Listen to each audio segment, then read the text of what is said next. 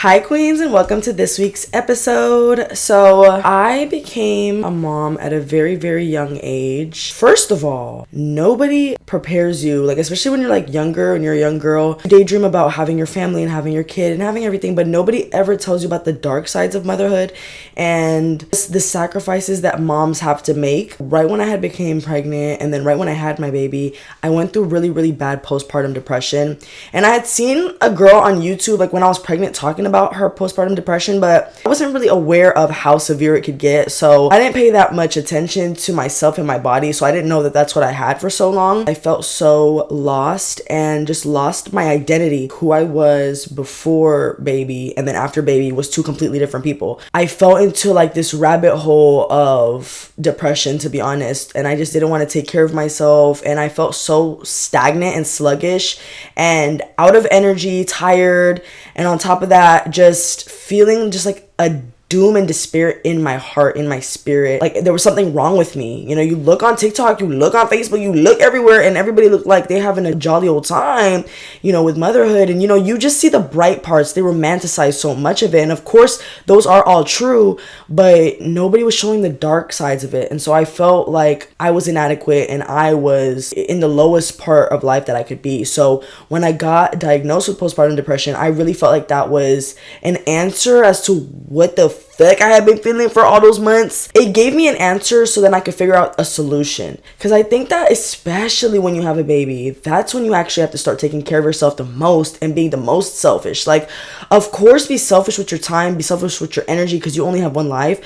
But it really is the most after you have your baby because society really tries to put mothers in a box and it just feels like your life is over after motherhood. And that isn't true. So you have to actually get out there and start taking care of yourself and your spirit and your physical. And that is why I was like, I had like no other choice but to take care of myself because my postpartum was so bad. Becoming a mother at a young age was really, really intense. And I just dove into this at such a young age. So it was honestly a lot. I kind of hit a point where I realized literally nobody is coming to save you. And it's like you could either sit in this piece of shit ass state that you're in or you could dig yourself out of this fucking hole. I had already gone through so much up until that moment, so I wasn't going to just suffer for the rest of my life and suffer in this state, especially when I knew that who I am in my soul and in my spirit isn't this state, and I don't want that to be a reflection of who I am. That's whenever I had to actually have no other choice but to give a fuck about myself because the postpartum depression was so bad. It felt like lonely. Right when you have your baby, your life changes. It's not just about you. Like, it's not just about you anymore. It's not gonna always be about you. So it's like with that little bit of energy that I had left at the end of the day, I realized that I had to put it to good use to change who I was. Well, I started listening to a lot more TED Talks and motivational videos because in the environment that I was in, what I was looking for and the knowledge that I was looking for and what people was achieving and shit, nobody was doing nothing special or out of the ordinary personally around me. In order to get that information for people that in the top motherfucking 1% and the people that are working towards goals and entrepreneurs, I wanted to go put myself into those environments, but you can't obviously because when you're in a fucking small ass town, you're not, where are you gonna go to a fucking convention center and hear this shit? So I got all that shit from YouTube. I dove myself into the TED Talk genuinely, and I had already listened to TED Talks in high school, but this was just more than ever. We don't know anything. We're students of life. I feel like I'm a student of life. I don't know everything. So sometimes it feels good to go and hear different people's stories and different people's experiences. That's when I started listening to more TED Talks, more motivational content, especially on TikTok. And that's all I was listening to all the time. It wasn't even just like once in a while it came on my For You page. Like I genuinely dove and got obsessed with it.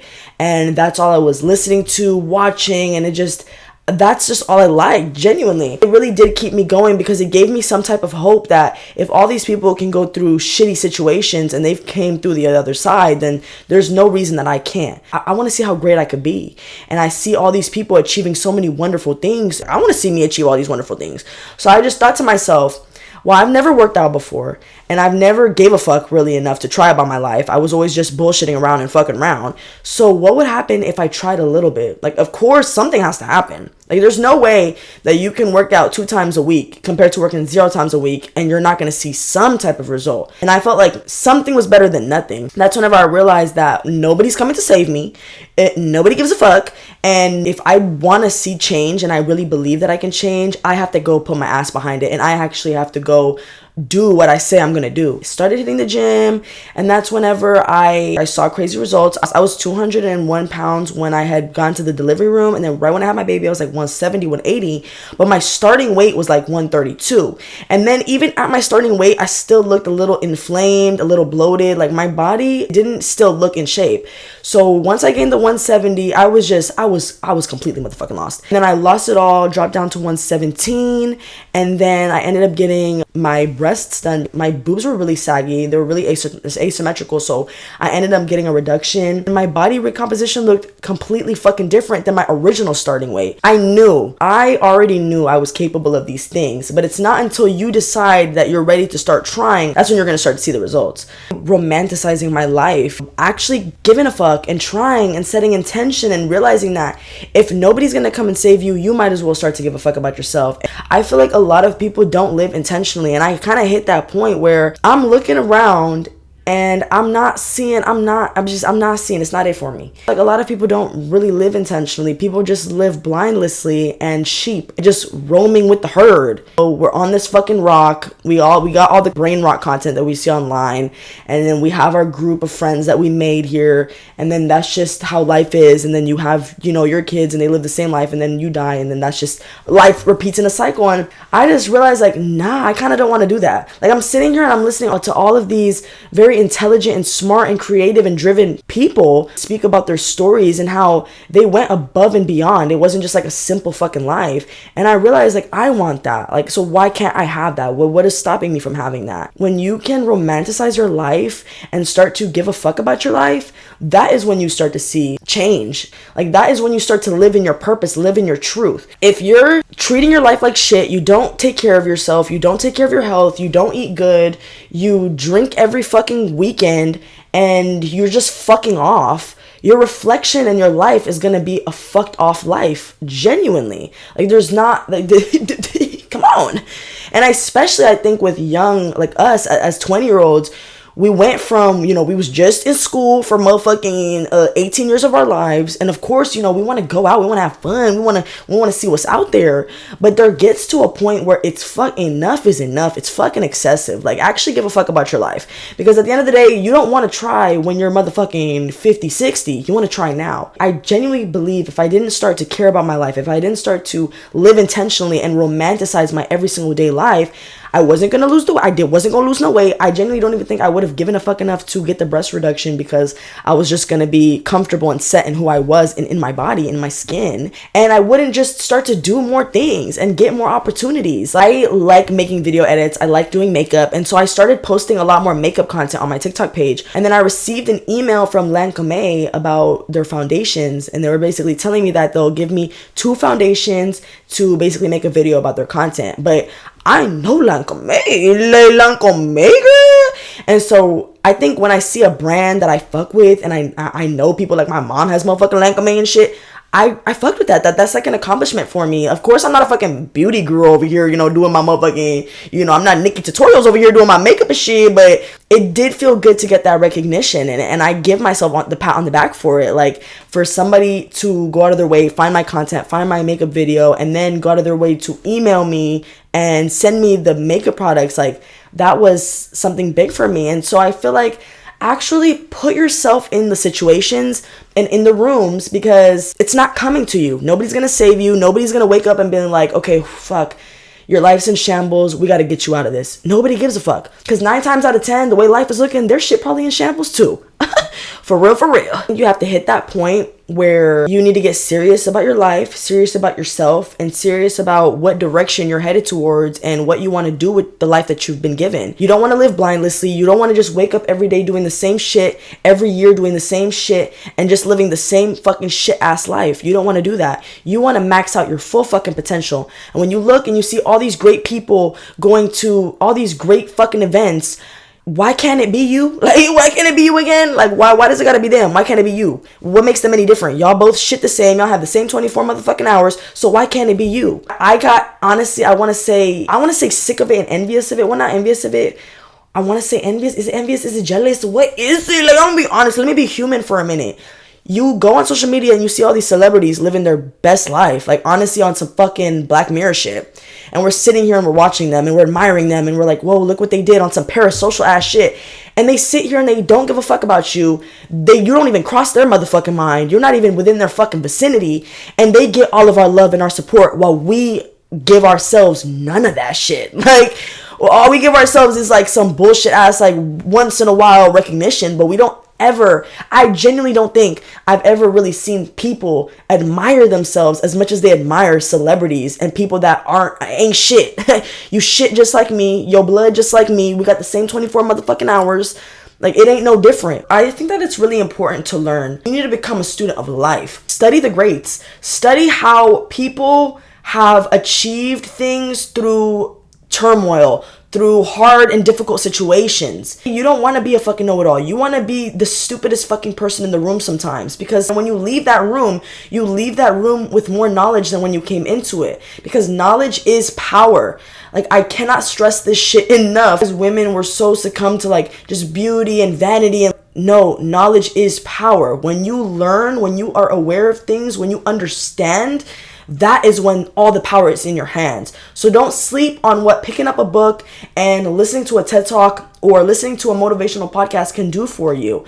It can literally rewire the way your brain thinks and the way that you operate into this world. Once you do that, the world will respond differently to you. I truly do believe once I started listening to Dr. Joe Dispenza and all of these intelligent people, that's whenever I started to see my life change for the better. Reading the book and listening to the media gave me the confidence to go and approach the world in a different lens. Like, I wasn't so fearful and doubtful and like, what if this doesn't work out? I didn't really give a fuck. Like, I was fearless. I don't give a fuck. And that's why I ended up getting what I wanted. Like, the way my life was looking, that should have not happened. I don't even know how I even got the opportunity for the breast reduction. Sometimes I'm not even aware how I lost the weight so motherfucking quickly within the 1.5 year, 2 year mark. Like, sometimes people be telling me, and of course I know it's a mentality, it's working out, it's doing this, but it happens so quickly and so fast. And I truly believe it's because what you feed your mind doesn't know any different. So I do think when you can be extremely delusional, you will get what you want so much faster. I was just on another level of delusionality. You can start to open up your mind and become a student of life. That's when you'll end up getting the information that the universe wants you to know. Because I'm a very spiritual person, so I do think that the universe will send you signs and like digital downloads and shit. So whenever you read a certain book or something comes on your TikTok page, because that's another thing, your TikTok page and your Instagram and all your social media apps are curated for your enjoyment. And so I had to change my whole feed to be curated to self-improvement, growth, and becoming a better person. Like, I couldn't even waste even a slither of my energy on all that bullshit. Yes, I lost friends. Yes, I looked like a loner. Yes, I was honestly lonely some of the times. But what that ended up giving me, like, I wouldn't even change it for the world. Like, if I could go back and give a fuck about stupid shit and be all in the mix and shit and not get what I wanted, I would still continue to do what I did, which is submerge myself into knowledge and learning and educating myself and my mind so I can approach the world differently and the world will approach me differently as well. Especially as a woman, knowledge and learning is very important. That is your superpower. When you can be brains and bronze and all of it, that is your superpower. When you got everything in your mind, nobody can fuck with you. That is, to me, a number one way that you can romanticize your life. And it's free, too. All this shit is online for free. So there really ain't no excuses to go out and get it motherfucking done. Getting ready every single day. Putting some type of effort in your look. Whether it's brushing out your hair, washing your face, putting sunscreen, but actually showing up every single day. I notice that the days that I don't try and I don't do my makeup and I don't put my outfit and I'm not like trying my best versus the days where I get up and I do my hair, I do my makeup, I put my best fit on and I put my best foot forward, the world responds differently to me. And especially as a girl, like, we can't be over here walking all raggedy and shit. Like, you need to put yourself together. You are a goddess, you are a queen. So don't be showing up into the world looking like your problems. If you have the fucking worst problems in the world, the least you can motherfucking do is make sure that you still look your motherfucking best. Because you don't want to show the reflection of you. You don't want to look like your problems. I'm still a motherfucking baddie. I'm still going to show up for myself. And so when you can do that, the world responds differently to you, because then they can feel that energy, and it just shows that you actually care for yourself. I seen this thing with Kris Jenner. She was just saying that when she walks into a car, like, you could tell how a person is off of how their motherfucking car looks like. And that's kind of what I was saying in last week's episode, where, like, when you take care of your space and your physical environment, it does actually change the way your mental health is. When you have so much clutter and so much shit going on, it does cloud your mind, and it does put you in a state of anxiety. To show up for yourself, water your plants, and start caring for yourself and getting ready every single day, that's whenever you will start to see the way that life shows up for you. Like, just try it for a week. Actually set intention where you're like, you know what, for 7 days, I'm genuinely going to get ready every single day.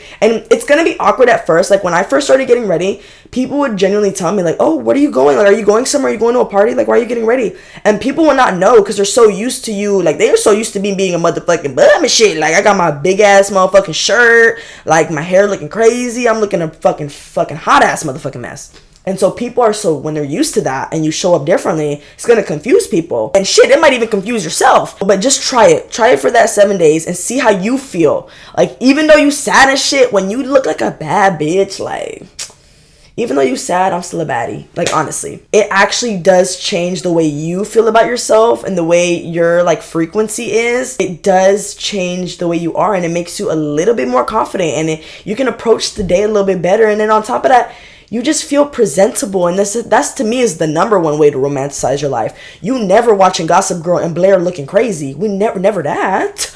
We never watching that whole Blair looking insane. You watch your favorite characters and they look presentable, and even if they don't look presentable, even if they look basic as fuck, like fucking Elena Gilbert from The Vampire Diaries, like, she not looking too crazy. She looks like she has the natural makeup look, but it's still a makeup look. Put the effort, actually try it, and then y'all motherfucking tell me how your day ends up going and how your week ends up going just from that 7 days of trying and getting ready every single day. You need to have solitude for a little bit. Like, I'm not saying completely cut off and shut off the whole world, but yeah, solitude and shadow work and tuning into yourself. Because who are you? Who are you before the world told you who you should be? I love this quote. Your environment does have a hold on you. And I do think what Denzel Washington said was right. If you have six smart people, you're going to be the seventh one. If you have 6 dumbasses, you're going to be the 7th dumbass. So your environment does actually very much change the way you are. And I do see that with when I look out at my peers. I do see that the party goers and the people that are always fucking out every fucking other day, their people and their friends are doing the same fucking shit. But the people that are disciplined and they're determined and they're working towards a goal and they're working towards something, you notice that their friend groups are either working towards something or that they're alone, because they actually have to preserve their energy that much, because your energy is very important. I always say this about social media. Social media is free. Instagram's free. Facebook is free. But it's not really free, because what they do have is your attention, and what you can do with your attention can change your reality. If we can't actually be in tune with ourselves, we can't change our reality and then change the motherfucking world. Be very selfish with your energy. I seen this one Instagram video of this guy that was basically saying that he made it to the NBA and all the odds were stacked against him. Like, he wasn't supposed to motherfucking make it to the NBA. But the reason he made it to the NBA was because he was selfish with his energy and who he had in his circle and in his bubble. Like, the wrong people can fuck up your motherfucking life. Be okay and content in solitude and in working on yourself, like in doing the inner work. You know, actually going within, grabbing your motherfucking journal, putting your journal prompt and figuring out why you act a certain way, why you feel a certain way, certain shit in your life that has gotten you up until this point, and just being in tune with yourself. The greatest relationship you will ever have is with yourself. It's not with your fucking partner or with your family or with your friends. It's with yourself, because you came into this earth with yourself and you're gonna motherfucking die with yourself. That comes with solitude and actually going within and doing that shadow work and figuring out who you are. Another way to romanticize your life is creating a routine that works for you. I think that's the fun part to me. The routine is the fun part. Exercising and eating healthy, all of these things, they go into your routine. routine. So when you wake up and you want to hit the gym or you want to go on a little stroll on a walk, romanticize it, make it fun. Go on Pinterest and go and look at people that are doing this.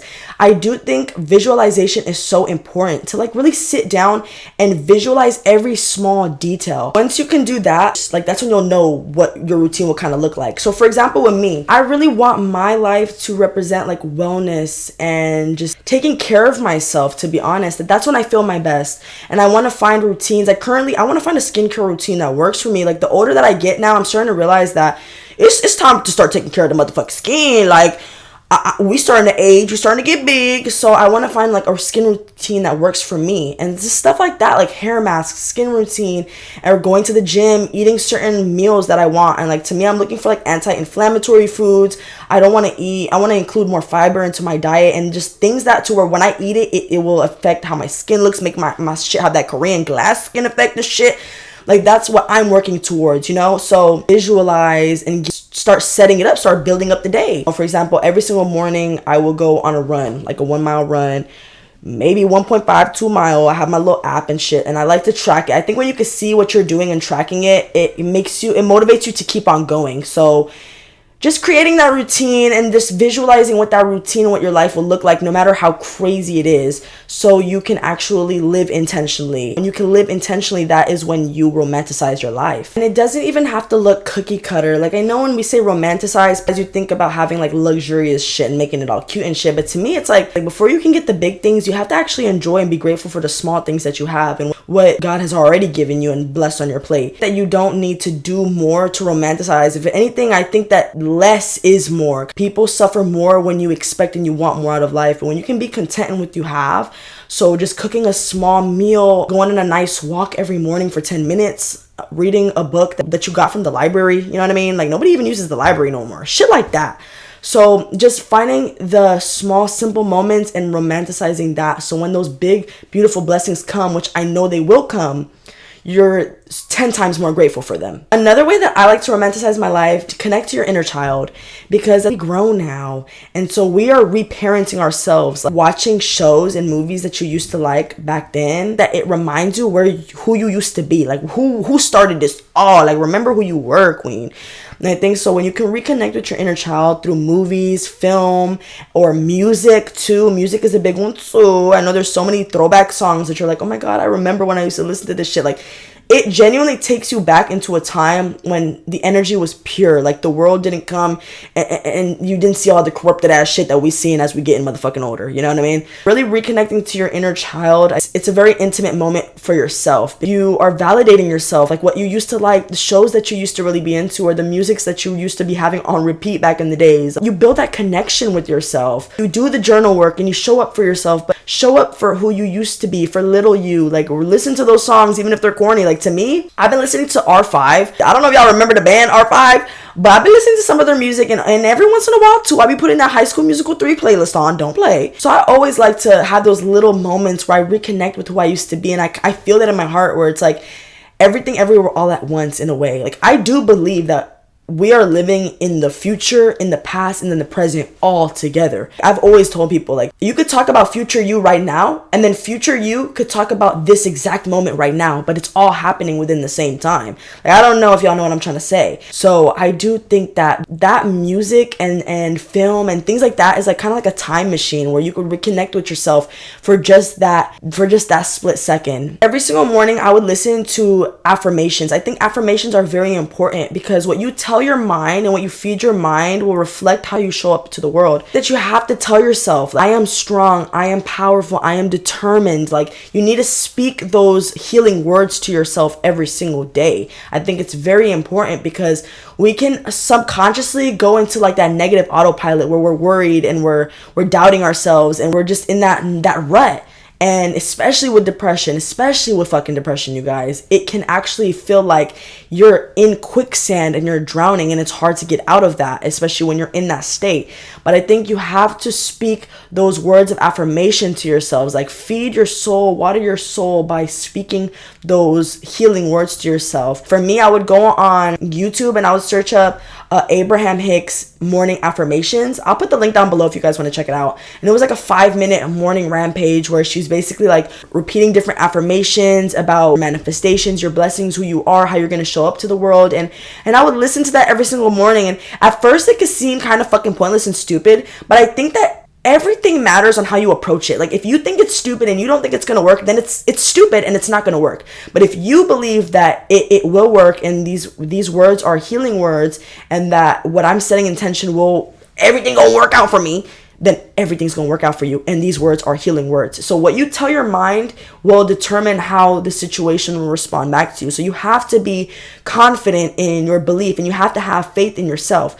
And so speaking affirmations is very important. And you don't have to listen to them. You can also write them in a journal or mantra them every single morning, but just something to remind yourself that you are a person and you do have amazing qualities that are in your soul, like that God has given you when you were blessed onto this planet. So you need to remind yourself of that, because you're gonna come across a piece of shit, insecure, loser ass fucking bitches that are gonna come and try to tell you that ain't the motherfucking case. Especially as we get older. Like, as a kid, you hear all these things and you don't know how to internalize it. But as an adult, you get to have the power and you get to have the choice of what's true and what's not true about your life. Sit down and affirm yourself every single day. Like, I'm amazing, I'm loved, I'm smart, I'm brilliant, I'm intelligent. And like, you speak these words every single day. And if you don't believe it, you speak it every single motherfucking day until you believe it. Lastly, my therapist was telling me that you think that somebody's gonna wake up, come to your door, knock on your door, and give you the job opportunity, give you the car, give you the career. Like, somebody's gonna come and hand you all of these things. Nobody's gonna come save you. Nobody is going to walk up to your door, knock on your door, and give you what you want.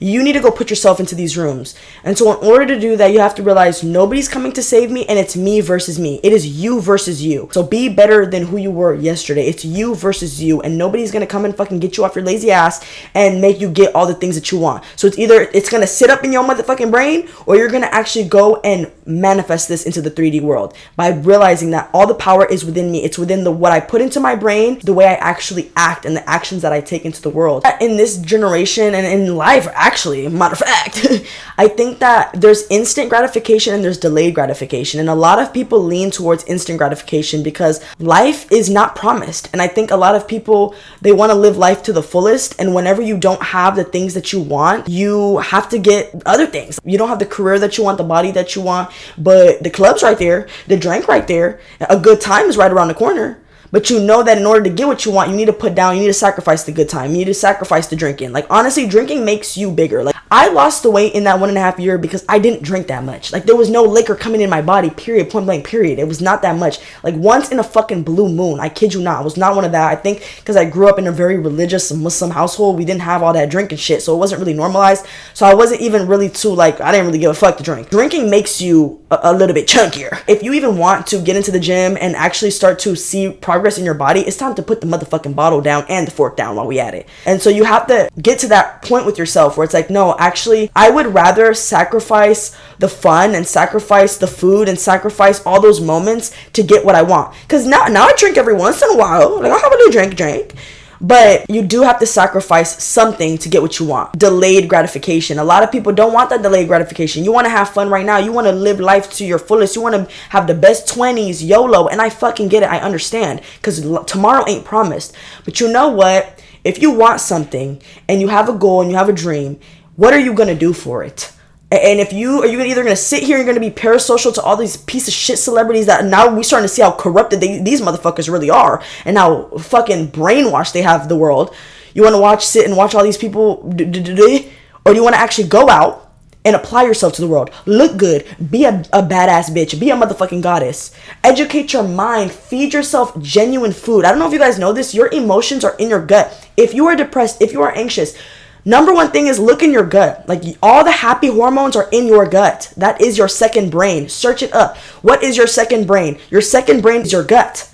So take care of what you put into your body, what you feed your mind. Those things are very important. And the people that you surround yourself with, those things are very important because you were put on this earth to give your grandkids and your kids and your family a good life. That is biologically what you're put on this earth to do. So you do that by giving that to yourself first. When you can give yourself first, you can end up saving other people. When the plane is going down, they don't tell you to give it to the person next to you. You got to save yourself first so you can save the person next to you.